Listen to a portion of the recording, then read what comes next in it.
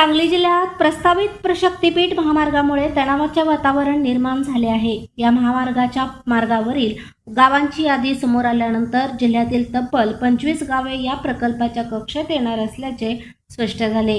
कडेगाव तालुक्यातील नेवरीसह अनेक गावांवर या महामार्गाचा थेट परिणाम होणार आहे। सुपीक शेतजमीन मोठ्या प्रमाणात जाण्याची शक्यता असल्याने शेतकऱ्यांमध्ये चिंतेचे वातावरण आहे। शेती हा प्रमुख उदरनिर्वाहाचा स्रोत असताना जमीन गेल्यावर पुढे काय करायचे हा प्रश्न शेतकऱ्यांसमोर उभा ठाकला आहे।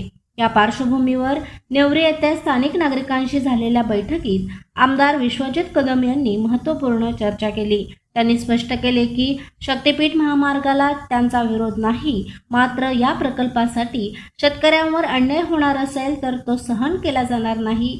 जमीन अधिग्रहणाच्या बदल्यात मिळणारा मोबदला, पुनर्वसनाची ठोस योजना आणि पर्यायी उपजीविकेची हमी याबाबत प्रशासनाकडून अद्याप कोणतीही स्पष्टता नसल्याची खंत त्यांनी व्यक्त केली। योग्य मोबदला, पारदर्शक प्रक्रिया आणि प्रभावी पुनर्वसन याबाबत ठोस निर्णय घेतल्याशिवाय हा प्रकल्प राबवू नये अशी शेतकऱ्यांची भूमिका असून त्याला आपण पूर्ण पाठिंबा देत असल्याचे कदम यांनी सांगितले।